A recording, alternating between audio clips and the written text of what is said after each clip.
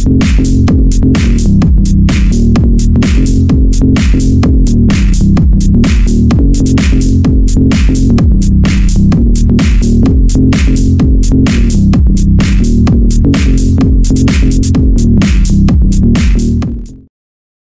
Everyone, मैं हूं सानिया चक्रवर्ती और आप सभी का हमारे channel Enrich News Sports Talk पर स्वागत है। अगर आपने हमारा चैनल अभी तक सब्सक्राइब नहीं किया है तो जल्दी जाके कर लीजिए। जैसा कि मैंने आप सभी से कहा था कि मैं स्पोर्ट्स एक्सपर्ट एनालिसिस की राय आपके सामने जरूर लाऊंगी और मैं ला चुकी हूँ। अगर आपने ये वीडियो आखिरी तक देखा तो आपको पता चलेगा कुछ इंफॉर्मेटिव चीजें। तो आइए आज जानते हैं खुश बैरागडे सर, जो कि एक स्पोर्ट्स एनालिसिस एक्सपर्ट है, कि उनकी कल के T20 world cup match Indo पाक पर क्या राय थी। इंडिया वर्सेस पाकिस्तान, ये एक ऐसी राइवलरी है जो बहुत टाइम से चलती आ रही है और कहीं कभी भी मैच हो, चाहे वो पहले के ज़माने में बायलैटरल्स में होता था या फिर अभी आजकल एशिया कप में हो, वर्ल्ड कप में हो, कुछ भी हो, ये बहुत ही इंटेंस राइवलरी होती है और हमेशा एक हाई ऑक्टेन क्लैश होता है। और खासकर इस बार जब यूएस में हो रहा है वर्ल्ड कप तो दोनों टीम्स अवेयर थे कि पिच कैसी होगी, क्या होगा। ये वही पिच थी जिस पे मैच खेला गया तो अफ्रीका वर्सेस नेदरलैंड्स, और उसमें सबको पता था कि बहुत लो स्कोरिंग मैच हुआ था और साउथ अफ्रीका भी जैसे तैसे चेस कर पाई थी। बड़ी मुश्किल झेलनी पड़ी थी उनको भी। जब बारिश आई टॉस के टाइम पे और उसके जस्ट पहले, तो एक टॉस एक बहुत बड़ा फैक्टर बन गया मेरे हिसाब से, क्योंकि ओवरकास्ट कंडीशंस थे और जो भी टीम बॉलिंग करती उनके पेसर्स को बहुत अच्छा स्विंग मिलता, मूवमेंट मिलता है। वो भी हाथ से तो मिलता है पिच पे, पर एयर में भी बहुत अच्छा मूवमेंट मिलता। तो जो टीम पहले टॉस जीतती उनको अच्छा खासा एडवांटेज था अगर वो पहले बॉलिंग करती थी तो। और जैसे हमने देखा कि पाकिस्तान ने पहले टॉस जीत के बॉलिंग करने का फैसला किया और रोहित ने भी बोला था कि we would have also chose to bowl first as well. So Pakistan के पास एक अच्छा एज था स्टार्टिंग में ही। एक थोड़ा स्ट्रैटेजी उन्होंने जो चेंज किया कि आजम खान को ना खिला के ये मैच में इमाद वसीम को लेके आए, वो उतना फ्रूटफुल तो नहीं रहा, क्योंकि मे बी वो जा सकते थे एक्स्ट्रा बैट्समैन के साथ, पर उसकी बात हम आगे करेंगे। पर जैसे मैंने बताया कि बॉलिंग टीम को एडवांटेज था और वो हमें देखने को भी मिला।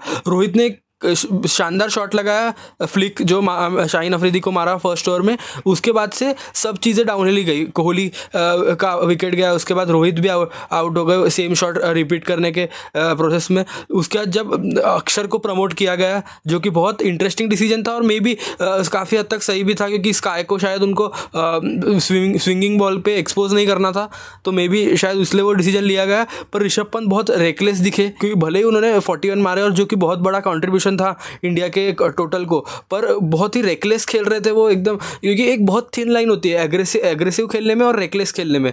जो पंत की इस बार बैटिंग थी और मोस्ट ऑफ द टाइम वो रेकलेस क्रिकेट ज़्यादा खेलते हैं कि स्विंगिंग थ्रू या फिर स्लॉगिंग जो हम बोलते हैं वैसा क्रिकेट था। तीन चांसेस तो उनको वो आमिर वाले ओवर में ही मिल गई जहाँ पे वो आउट हो सकते थे, कोई भी बॉल पर नहीं हुए, तो उनका लक बहुत साथ दिया जो हमारे फेवर में गया थोड़ा बहुत। उसके बाद जब अक्षर आउट हुए वो भी शॉट उतना अच्छा नहीं था, खासकर जब उसके बाद जब पार्टनरशिप बनना चालू हुई, पंत का भी थोड़ा लगने चालू हो गए थे। और जब स्काई और पंत बैटिंग कर रहे थे, एक टाइम पे हम थे 89 पे 3, जो कि अच्छा स्कोर था, और 10 ओवर में भी हमने 80 बना लिए थे पहले, तो 11-12वें ओवर में शायद हम 89 पे 3 थे।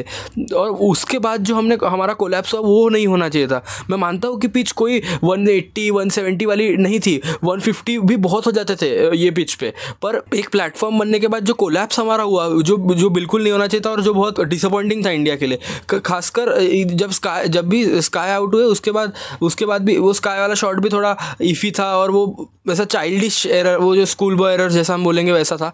पर खासकर जब शिवम दुबे, मुझे एक्चुअली उसके बारे में बात करनी है, जो कि शिवम दुबे ना बिल्कुल अपने लय में नहीं दिख रहे। और खासकर देख बहुत प्लेयर्स हैं जो अच्छे भी है और बहुत आउट ऑफ फॉर्म भी रहते हैं प्लेयर्स, पर शिवम दुबे के फेस से वो दिख रहा है, उसके एटीट्यूड से वो दिख रहा है कि वो ऐसा लग रहा है कि वो इस स्टेज पे फिलहाल बिलोंग नहीं करता है करके, क्योंकि वो बहुत प्रेशर ले रहा है और उसके शॉट सिलेक्शन से वो दिख रहा है, उसके शॉट खेलने के तरीके से दिख रहा है।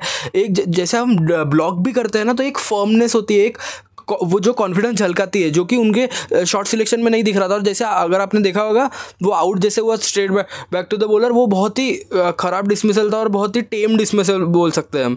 तो वो बिल्कुल नहीं लगे कि लय में मे बी इंडिया चेंज कर सकती है कि जायसवाल अप टॉप खिला के एक एक पोजीशन सबको डाउन करके 3 पे कोहली, 4 पे स्काई, 5 पे पंत और फिर हार्दिक और जडेजा, अक्षर वगैरह, वो एक ट्राई हो सकता है शायद अगले मैच में अगर ऐसे ही चलता रहा शिवम दुबे का। तो उसके बाद फिर हार्दिक भी ज़्यादा कुछ कर नहीं पाए, जडेजा को बॉल थोड़ी एक्स्ट्रा बाउंस हो गई अचानक से, तो उनका भी डिफेंस नहीं हुआ, फर्स्ट बॉल आउट हो गए। लास्ट में भी पर जो क्रूशल रन्स बने, सिराज और अर्शदीप ने थोड़े बहुत जो रन्स बनाए वो बहुत क्रूशल हुए साबित, जैसे आपने देखा लास्ट में। पर जब 119 was a below par score for sure, but हमको पता है कि नीदरलैंड्स ने भी ऑलमोस्ट साउथ अफ्रीका को बहुत कठिनाइयाँ दे दी थी चेस कराने में। तो it was a decent score, not a winning score as per se, but बोल सकते हैं कि अ लिटिल बिलो पार में be 140-150 would have been ideal easily and we would have backed ourselves. पर जब बॉलिंग स्टार्ट हुई, interesting था कि अर्शदीप और सिराज के साथ ओपन कराई गई बॉलिंग। पर ठीक है, क्योंकि अर्शदीप और सिराज दोनों ऐसे बॉलर्स हैं जो न्यू बॉल से ही इफेक्टिव होते हैं जनरली, खासकर मोहम्मद सिराज।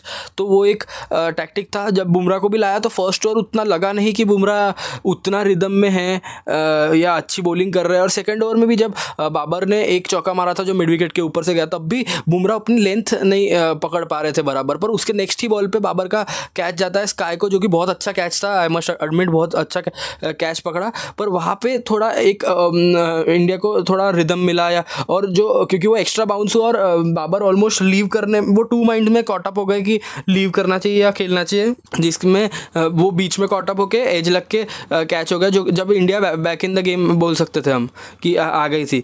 और पर बाद में जो उस्मान खान और मोहम्मद रिजवान की जो पार्टनरशिप थी, खासकर मैं बात करना चाहूँगा वो शिवम दुबे के ड्रॉप्ड कैच की, जो कि लिटरली हाथ का कैच था। और वो एक टर्निंग पॉइंट हो सकता था कि गेम में, कि इंडिया अगर हारती तो वो रीज़न बहुत बड़ा होता कि इंडिया की हार का। बैटिंग तो अपनी जगह पे है ही, पर इंडिया की हार का वो बहुत बड़ा एक कारण बनता था। वैसा नहीं होना चाहिए था एक्चुअली, वो सीधा हाथ का कैच था, वो ईजिली पकड़ना चाहिए था। 9 टाइम्स आउट ऑफ 10 तो पकड़ ही लेते, वो कैच नहीं छूटना चाहिए था, जो कि बहुत बड़ा ब्लंडर था इंडियन टीम के तरफ से। उसके बाद भी स्ट्रेटेजिक टाइम आउट तक कुछ नहीं मिला इंडिया को। उस्मान खान और रिजवान फिर भी थोड़ा स्टेडीली बिल्ड कर रहे थे, पर जैसे ही स्ट्रेटेजिक टाइम आउट के बाद अक्षर को इंट्रोड्यूस किया, यहाँ पे कहना चाहूँगा कि अक्षर is the unsung hero for this match. क्योंकि अगर आप देखोगे कैप्टनसी भी थी रोहित की, कि पहले जब अक्षर को लेके आए, जब भी फर्स्ट बॉल पे उस्मान खान को ट्रैप किया LBW, वो भी बैक फुट पे, और ऊपर से जब इंडिया की बैटिंग भी थी तो उन्होंने संभाला भी था बहुत। और अगर आपको याद होगा 15th ओवर जब अक्षर ने डाला, वो बहुत क्रूशल ओवर था, क्योंकि तब रोहित को डिसीजन लेना था कि क्योंकि 15th ओवर में किसको बॉलिंग दे, क्योंकि उसके बाद सारे पेसर्स थे। 14th या 15th ओवर आई गेस वो था, और उसमें भी अक्षर ने सिर्फ 3 रन दिए, जो कि बहुत क्रिटिकल साबित हुआ इंडिया के लिए। और इसलिए बहुत अंडरवेलमिंग जो बोल सकते हैं अपन कि अंडर परफॉर्म बहुत अच्छा किया, पर उतना क्रेडिट नहीं मिला जो क्रेडिट ड्यू चाहिए था अक्षर को। तो वो भी बहुत अच्छा था, और वो विकेट से हम बैक इन द गेम आए, क्योंकि नहीं तब तक तो ऐसा लग रहा था कि गेम हाथ से जा चुका है ऑलमोस्ट, क्योंकि साझेदारी बन रही थी अच्छी खासी रिजवान और उस्मान खान की।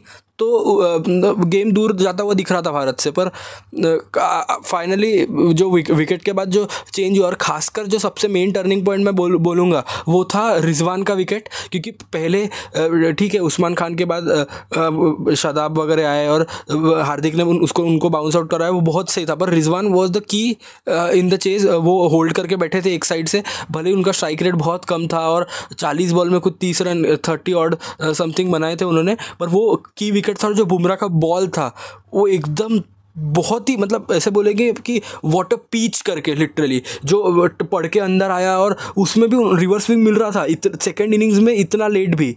तो वो बहुत क्लास बॉल था, और रिजवान के पास कोई क्लू नहीं था कि क्या कैसे खेलना उस बॉल को, और बोल्ड अगर वहाँ से जो इंडिया को ओपनिंग मिली, और उसके बाद फिर इंडिया ने नहीं छोड़ा, पूरा ग्रिप स्ट्रॉन्ग करते गए अपनी, और गेम लास्ट में जाके जीते। बीच में भी जब प्रेशर सिचुएशंस आई थी, थोड़ी सी लूज बॉलिंग हल्की सी हुई थी, पर बुमराह का एक ओवर बाकी था, सिराज ने भी बहुत अच्छी बॉलिंग की, मैं बोलूँगा 3 ओवर में 10 रन दिए थे सिर्फ, और लास्ट ओवर में भी ज़्यादा नहीं कंसीड किए। नो बॉल भी गई, वो ठीक है, अभी एक आध बार तो हो जाता है, नो इश्यूज़, पर 4 ओवर में 19 वॉज गुड। अर्शदीप ने भी अच्छी बॉलिंग की, 4 ओवर में 31। In a game like that it's a bit much, but उन्होंने बहुत अच्छी बॉलिंग की उन्होंने भी। और खासकर जैसे मैंने बताया, अक्षर पटेल ने भी बहुत अच्छी बॉलिंग की। वो जो 15th ओवर था वो बहुत क्रिटिकल था, क्योंकि तब दोनों लेफ्टी बैटिंग कर रहे थे, इमाद वसीम भी बैटिंग कर रहे थे, तो वो लिटरली टेक ऑन वाला ओवर था। तो वो बहुत क्रिटिकल था कि मुझे लगा कि पाकिस्तान अभी अटैक करने को जाएगी इस ओवर में, क्योंकि फेवरेबल था पाकिस्तान के फेवर में अगर लेफ्ट आर्म स्पिनर लेफ्टी को डाल रहा है तो।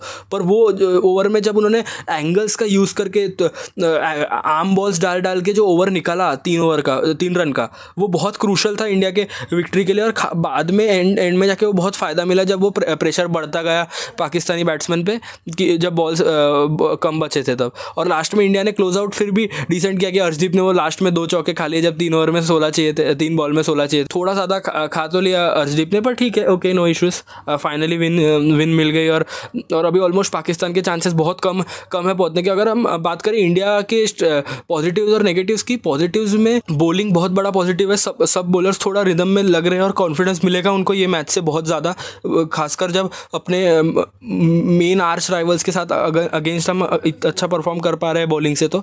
और बैटिंग में कुछ ही पॉजिटिव बोल सकते हैं। अक्षर ने अच्छा खेला, पंत भले ही स्क्रैची थे पर और बहुत ही रेकलेस था, पर फिर भी उनके रन्स अंडर द बेल्ट, तो कॉन्फिडेंस तो आएगा। और अगर वीकनेसेस की बात करें या फिर जो नेगेटिव पॉइंट्स जो हम देखेंगे इस मैच से, तो हम देखेंगे कि जो बैटिंग कोलैप्स हुआ लास्ट में 89 पे 3 से, जैसे मैंने बताया आपको, 10 ओवर में 80 के बाद you can't loose last in 9 overs 38 runs पे 7 विकेट ऐसा कुछ हार गए थे, जो कि नहीं होना चाहिए था। और जो थोड़ा क्या बहुत मतलब कोलैप्स ऑफ एपिक प्रोपोर्शंस हम बोलेंगे, जो कि नहीं होना चाहिए था। थोड़ा गेम अवेयरनेस दिखा के एटलीस्ट अगर हमारे बैट्समैन 20 ओवर खेलते तो मे बी 140 टच ईजी कर सकते थे, और उसके बाद बहुत अच्छा जाता बॉलर्स के लिए। क्योंकि ये भी अगर आप मैच देखोगे तो पाकिस्तान ने का भी कंट्रीब्यूशन है ये मैच हारने में, सिर्फ इंडिया ने पूरा टर्न अराउंड नहीं किया है, पाकिस्तान ने भी बहुत ख़राब क्रिकेट दिखाया है। क्योंकि अगर आप देखेंगे एक समय पे 46 चाहिए थे 46 में, जो कि रन बॉल है और जो कि ईजिली बनने चाहिए, पर पाकिस्तान का भी वो कोलैप्स हुआ था, जिसकी वजह से इंडिया को बहुत मदद मिली। तो वो देखना पड़ेगा कि इंडिया की बैटिंग को आगे इन द टूर्नामेंट जब क्रूशल मैचेस आएंगे जैसे बड़ी टीम्स के अगेंस्ट, जैसे इंग्लैंड ऑस्ट्रेलिया वगैरह, तो इंडिया के बैटिंग को क्लिक करना ज़रूरी है। और बॉलिंग में भी मे बी कुलदीप को ला सकते हैं इन केस अगर चाहिए तो, क्योंकि अक्षर और जडेजा दोनों similar kind of bowling provide करते हैं। और मैं वो एड्रेस करना भी चाहूँगा कि जडेजा लेटली बैट से और बॉल से दोनों से फॉर्म में नहीं लगे, तो मे बी उनको ड्रॉप किया जा सकता है। वो तो कॉल लेंगे टीम मैनेजमेंट ही, और पिच कंडीशंस देख के। और खासकर शिवम दुबे वाला पॉइंट जो मैंने आपको बताया पहले, क्योंकि शिवम दुबे एक होता है कि आउट ऑफ फॉर्म होना या फिर कनेक्ट नहीं हो रहा है। अगर आप देखोगे कि आईपीएल में भी वर्ल्ड कप सिलेक्शन के पहले, स्क्वाड सिलेक्शन के पहले बहुत अच्छा फॉर्म था शिवम दुबे का, पर जब से स्क्वाड सिलेक्शन अनाउंस हुआ स्क्वाड, उसके बाद से एक भी मैच में शिवम दुबे ने परफॉर्म नहीं किया। अगर आपको याद होगा वो लास्ट मैच सीएसके के लिए आरसीबी के अगेंस्ट जो वर्चुअल एलिमिनेटर था, उसमें भी Shivam Dubey was the main reason कि सीएसके हारी, क्योंकि इतना कम स्ट्राइक रेट से उन्होंने बैटिंग की थी। तो सेम वो यहाँ पे झलक रहा है, वो कॉन्फिडेंट नहीं लग रहे, और वो झलक ही नहीं रहा है उनके बैटिंग में कि वो बिलोंग कर रहे हैं यहाँ पे और वो खेल सकते हैं, प्रेशर हैंडल कर सकते हैं करके।